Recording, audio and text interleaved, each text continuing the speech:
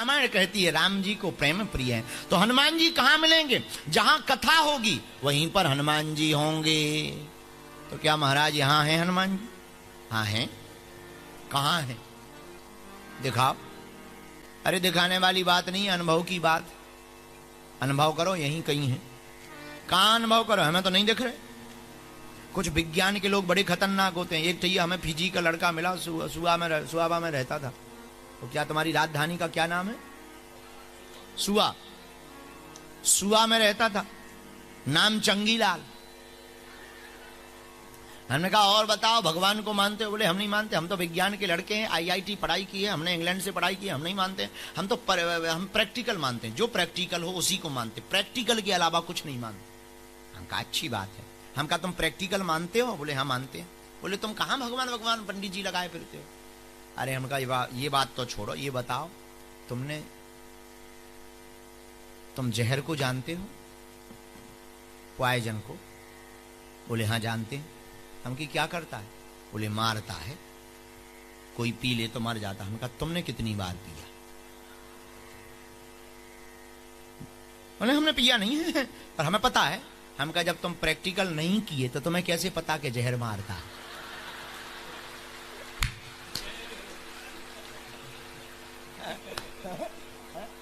जब तुमने प्रैक्टिकल नहीं किया तो तुम्हें कैसे पता कि जहर मारता है? बोले नहीं नहीं नहीं, वो तो डॉक्टर बताते हैं और किताबों में लिखा है। हमने कहा उसी प्रकार हमारे भी राम होते हैं। तो बोले हमने प्रैक्टिकल नहीं किया। हमने कहा तुमने नहीं किया, हमने तो किया। बोले कैसे? हम कहा संत बताते हैं और किताबों में रामायण में लिखा हुआ है कि सर्वत्र भगवान है। अब भाई तुम अगर नहीं मानो तो क्या भगवान नहीं है? जैसे कोई आदमी कहे उसी से फिर हमने दूसरा पूछा। हम कहा चलो जहर की छोड़ो, अमेरिका है? बोले है। हम कहा तुम कितनी बार गए? बोले हम गए तो नहीं। हम कहा जब तुम गए नहीं हो तो तुम्हें कैसे पता कि अमेरिका है?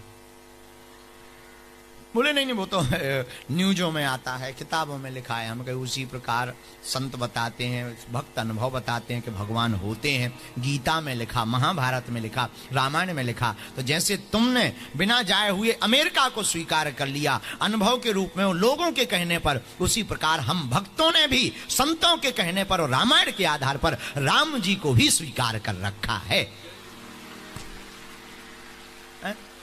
इसका मतलब ये नहीं है कि तुम नहीं गए तो नहीं है। अब भाई तुम अमेरिका नहीं गए तो इसका मतलब ये थोड़ी कि अमेरिका नहीं है, वो तो है ही है। तुम्हारे होने जाने या ना जाने से अमेरिका को कोई फर्क थोड़ी पड़ता। उसी प्रकार तुम्हारे मानने या ना मानने से भगवान को फर्क नहीं पड़ता। भगवान तो थे, हैं, और जब तक इस पृथ्वी पर मानवीय सत्ता रहेगी तब तक परमात्मा इस पृथ्वी पर रहेंगे और सत्ता के बाद भी भगवान रहेंगे। बोलो सीताराम। तो बताओ हनुमान जी कहां हैं? कथा में मिलते हैं, यहां हैं। अब कोई प्रश्न ये भी कर सकता है, अब ये नहीं कहेंगे कि फिजी वाले ही इतने खतरनाक प्रश्न करते हैं, और फिजी वाले हैं ऊंचे लेवल के हैं, हम जानते हैं उनको। तो यहां कहां है? चलो एक उदाहरण सुनो। यहां भी हनुमान जी हैं, हम सिद्ध करके बताते। तुम भोजन के बिन कितने दिन रह सकते? 8-9 दिन तो भोजन के बिना रह सकते हो। बोलो हां या ना। अच्छा, पानी के बिन कितने दिन रह सकते हैं? अरे बोलो। 1 दिन तो रह सकते। और हवा के बिन 2 मिनट में ही हवा खिसक जाएगी।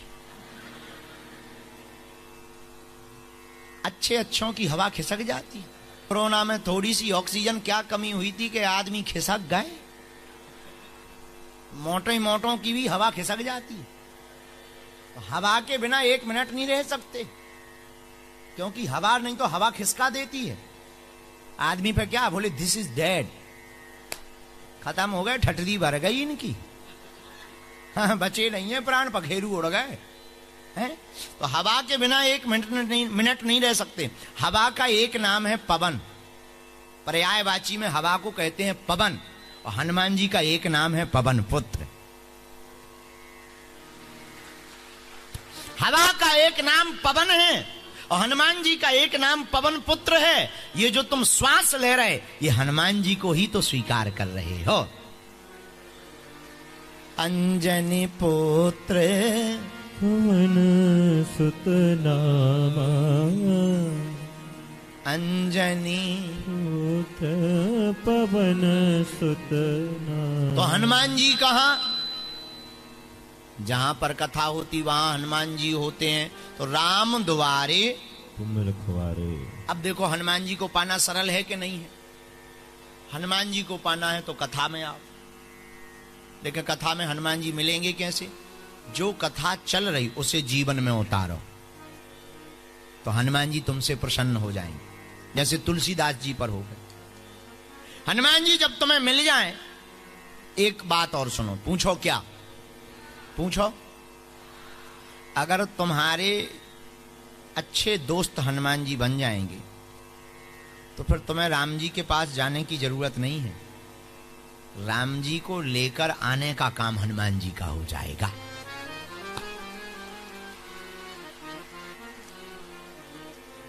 राम मिलाए राजपद दीना। हनुमान जी राम जी से मिलाने का काम करवाते हैं। किससे मिलवाते हैं हनुमान जी? तो ये सिद्ध हो गया कि हनुमान जी को पाना है तो फिर राम जी को पाने की आवश्यकता नहीं हो। हनुमान जी को पाना है तो कथा में आने की आवश्यकता है। बोलो सीताराम। एक बच्ची है खंडवा की, उसका नाम है गुनगुन शर्मा।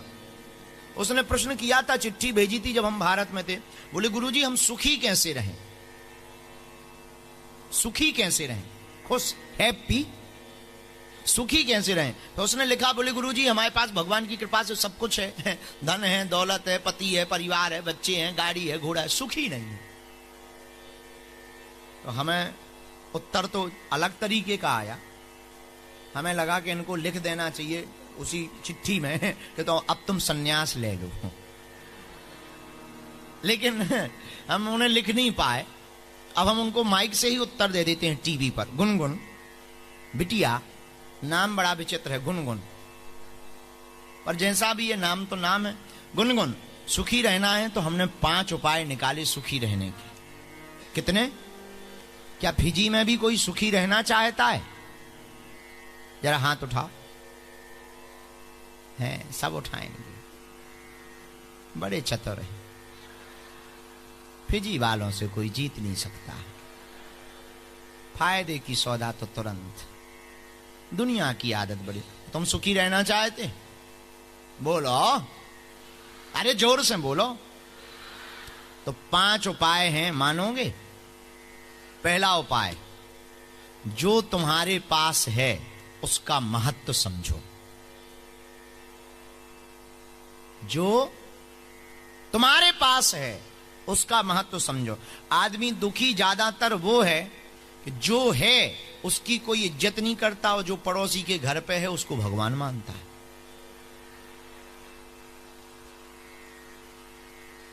दो कौड़ी की चीज है नहीं, उसे करोड़ों की समझता, और जो करोड़ों की घर पे रखी है उसे 2 कौड़ी की समझता।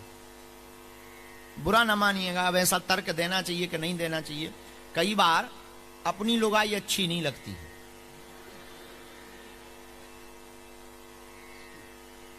कई लोगों का हमारा काम ही है दिमाग पढ़ना। हमारा काम ही है दिलो दिमाग पढ़ना। भगवान ने जो सिद्धि शक्ति दी है।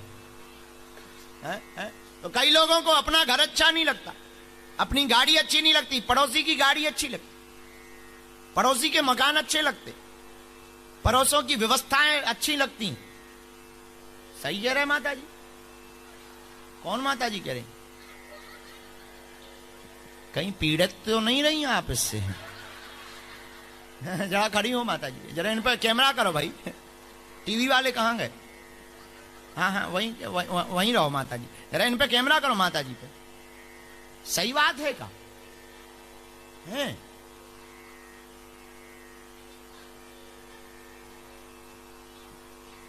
100%। मतलब आप पीड़ित रही माता जी। बैठो माता बैठो।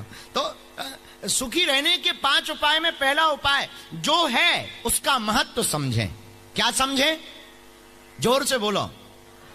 सुखी रहना तो पहला उपाय, जो तुम्हारे पास है उसका महत्व समझे। दूसरा उपाय, अपनी तुलना करना बंद कर दें। किसी से तुलना मत करो, फलाना ऐसा है, वो ऐसा है, वो ऐसा है। अरे वो ऐसा अपने लिए है, आप अपने लिए हो। और तुलना करनी ही है, अपने से बड़ों से तुलना मत करो, नीचे वालों से करो। कभी दुखी नहीं रह। ज्यादातर आदमी वो दुखी रहते जो अपने से। एक हमें एक आदमी मिला यही, हमने कहा क्यों रो रहे हो? बोले गुरुजी जूते नहीं है। हम कहा पहन तो रखे हैं। बोले नहीं है तो, पर कंपनी के नहीं है। अरे हम कहा जूतों की कमी हो फिजी में है, कोई भी कांड करो जूते ही जूते मिलेंगे।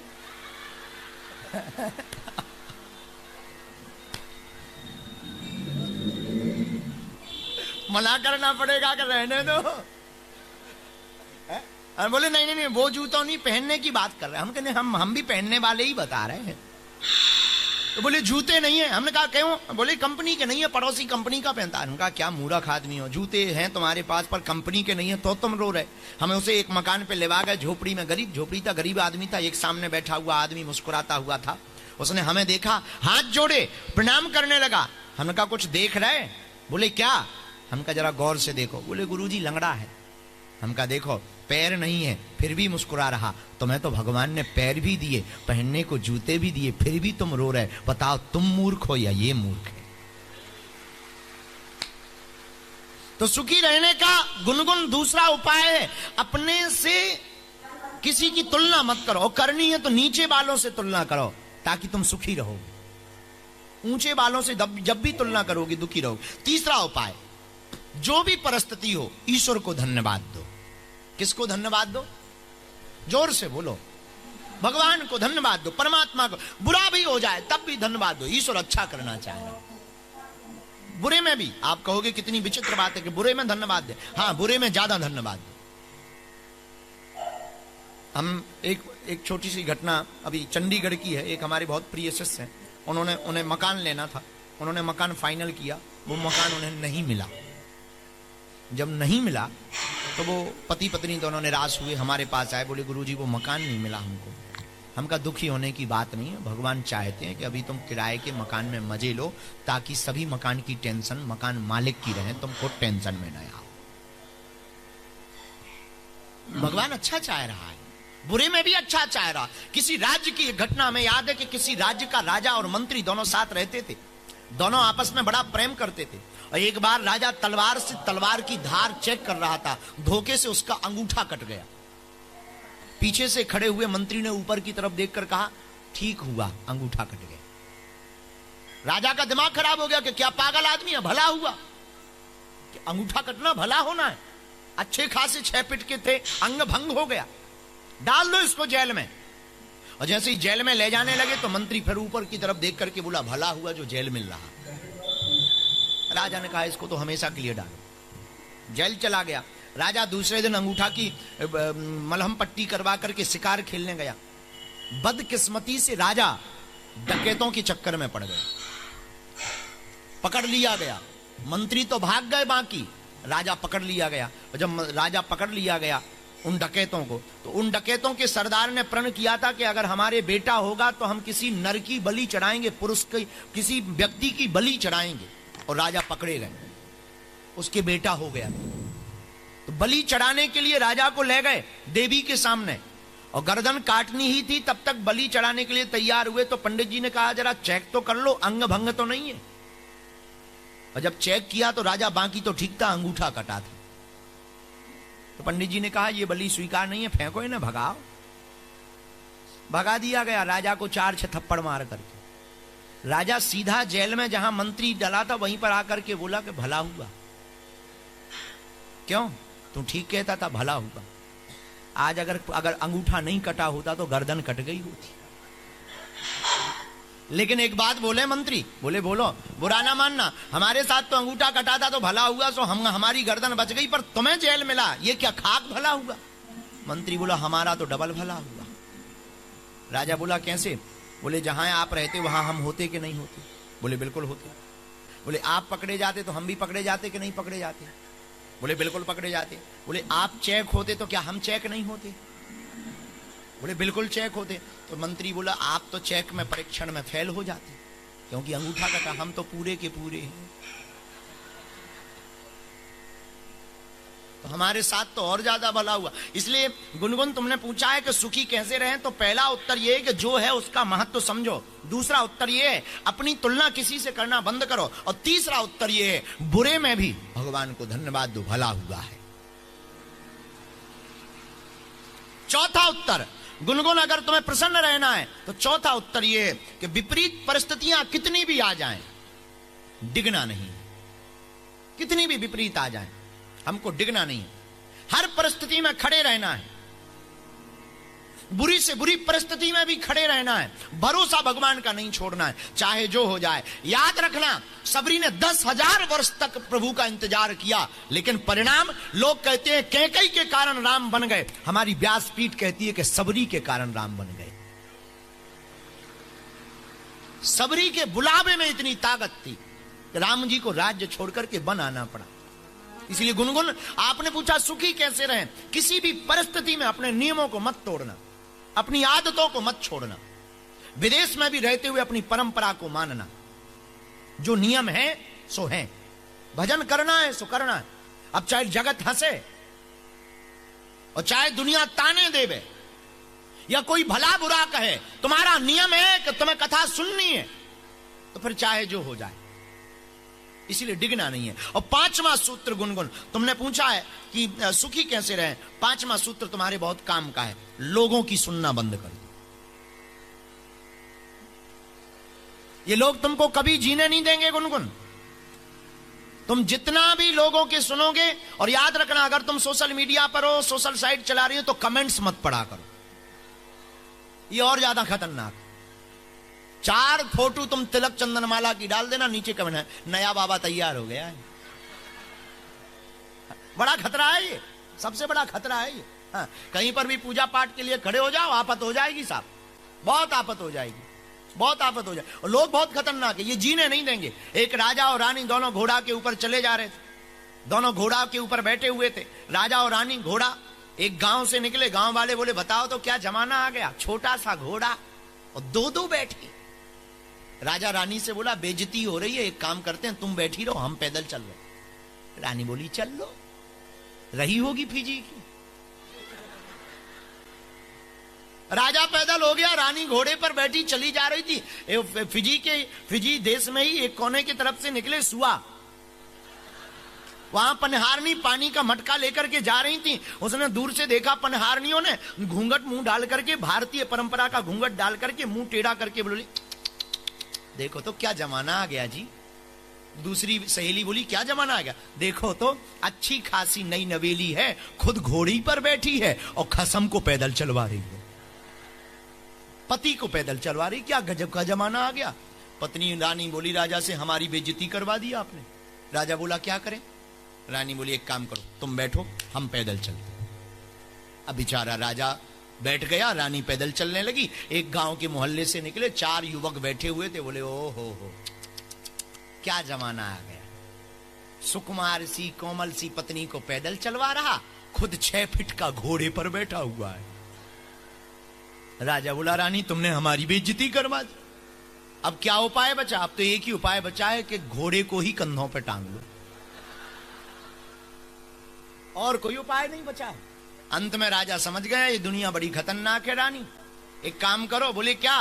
बोले ना इनकी सुनो ना उनकी, दोनों लोग बैठो और चलो। और दोनों लोग, इस चक्कर में वो 2 दिन अपने राज्य में नहीं पहुंच पाए, लोगों की सुनने के चक्कर में। और जिस दिन उन्होंने ये निर्णय किया कि कहने दो, दोनों बैठे और 2.5 घंटे में अपने महल में पहुंच गए। तो गुनगुन तुमने जो पूछा सुखी कैसे रहे, तो 5 सूत्र में पहला सूत्र है जो है उसका महत्व समझो। दूसरा, अपनी तुलना किसी से मत करो। तीसरा, प्रभु को हर हाल में धन्यवाद दो। चौथा, विपरीत परिस्थिति में भी डिगना मत। और 5वां, लोगों की सुनना मत। सुनना तो माता पिता और गुरु की सुनना, शास्त्र की सुनना, वेदों की सुनना, जो बात सत्य लगे वो सुनना। जरूरी नहीं है तुम्हारा गुरु बोल रहा हो तो सत्य ही बोल रहा हो। हम तो अक्सर बोलते हैं अपने चेलों से कि हम जो भी बोल रहे हैं वो अपना अनुभव बोल रहे हैं, अपनी बात बोल रहे हैं। तुम्हें लगे कि सही है तो स्वीकार करना है, वरना स्वीकार भी मत करना, क्योंकि हमारे पास जो है वो हमारा अनुभव है, तुम्हारे पास जो होगा वो तुम्हारा अनुभव होगा। अब बलि ने बड़ा गजब का काम किया, बलि ने गुरुजी की नहीं सुनी, तो आज भी बलि को